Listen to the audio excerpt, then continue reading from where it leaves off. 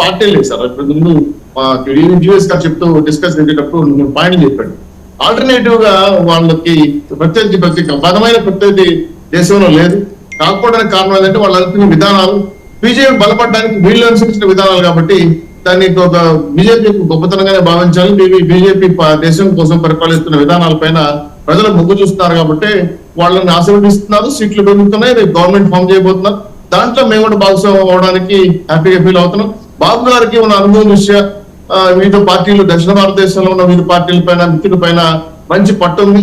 ఎవరైనా కాదనకుండా సపోర్ట్ ఇవ్వడానికి అవకాశం ఉంది కాబట్టి ఎవరికి ఏ అవసరం వచ్చినా సరే పలికి ఎన్డీఏ ప్రభుత్వాన్ని బలోపేతం చేయడం కోసం తెలుగుదేశం పార్టీ అధ్యక్షుడికి అవకాశం వస్తే ఖచ్చితంగా సేవ చేస్తారు. ఆయన చేసి దేశం కోసం ఆయన పదవులు కూడా ఆశించకుండా గతంలో ఎలా పనిచేశాడు, ఏ విధంగా రాజకీయాలు నడిపాడు 2 విషయాలు మనం చూశారు. మీరు అన్ని అనుభవమైన జర్నలిస్టులు కాబట్టి నిజంగా శ్రీనివాస్ చౌదరి గారు దిస్ ఇస్ హై టైం.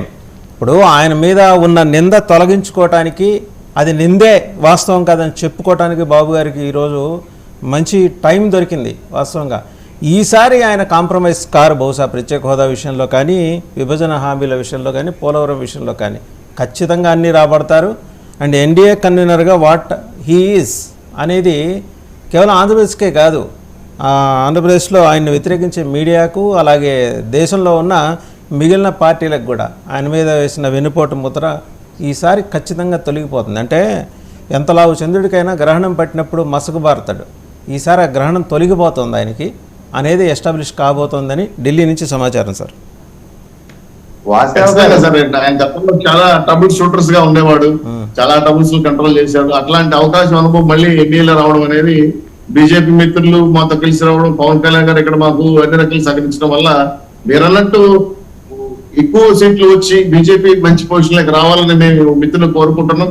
ఏ ఇబ్బంది వచ్చినా పూర్తి స్థాయిలో సహకారం అందించడానికి బాబు గారు అయితే 100% ఎన్డీఏ కూటమికి అనుకూలంగా పనిచేయడం కోసం ఎక్కడైనా హెచ్చుతగ్గులు, అలాగే సీట్ల పరంగా ఇబ్బందులు అయితే మిత్రులతో విభేదాలు సూచన వచ్చినా కూడా ఆయన లీడ్ చేయగలిగిన అనుభవం నాయకుడు. గతంలో మీరు చూశారు కొన్ని పార్టీలు ఇబ్బంది వచ్చినప్పుడు.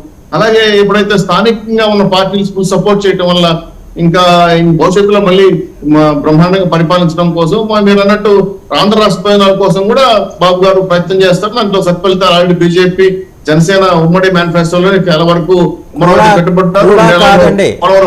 వాళ్ళే చెప్పారు శ్రీనివాస్ చౌదరి గారు కూడా కాదు, ఆంధ్రప్రదేశ్ ప్రయోజనాల కోసమే ఖచ్చితంగా పనిచేస్తారు. ఎందుకంటే పార్టీని ఇంకో 30-40 ఏళ్ళు ఆయన బతికించుకోవాలంటే ఆయన అది అనివార్యంగా చేయాల్సిన పని. సో ఆయన ఓకే రాజకీయంగా ఆయన తర్వాత రిటైర్ అవుతారేమో కానీ, అంటే వేరే ఉన్నత స్థానంకి వెళ్ళటం కోసం రిటైర్ అవ్వచ్చు, అంటే యాక్టివ్ పాలిటిక్స్ నుంచి. బట్ పార్టీ నిలబడాలి అంటే అనివార్యంగా ఆయన చేసి తీరుతారు. సో ఆయన మీదన్న పెద్ద టాస్క్ నిజంగా ఏంటంటే ఆంధ్రప్రదేశ్ ప్రజలు ఆయనకి అనుకూలంగా ఓటు చేసి హోంవర్క్ ఇస్తున్నారు ఆయనకి.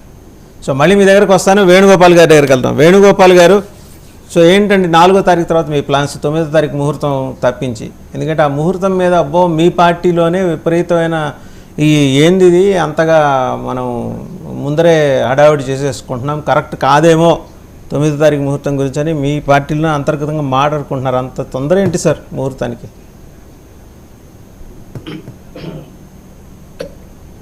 వాద్యం గారు, మీకు అదే విధంగా ప్యానెల్లో పాల్గొంటున్న వివిధ రాజకీయ పార్టీ నాయకులకి, విశ్లేషకులకి, 99 టీవీ ప్రేక్షకులకి శుభోదయం, నా నమస్కారం.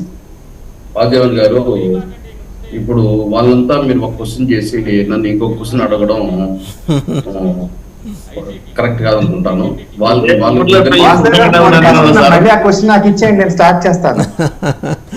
సరే సరే, మీరు కూడా అది మాట్లాడండి. ప్లస్ మీకు అదనంగా ఇదో ప్రశ్న అది.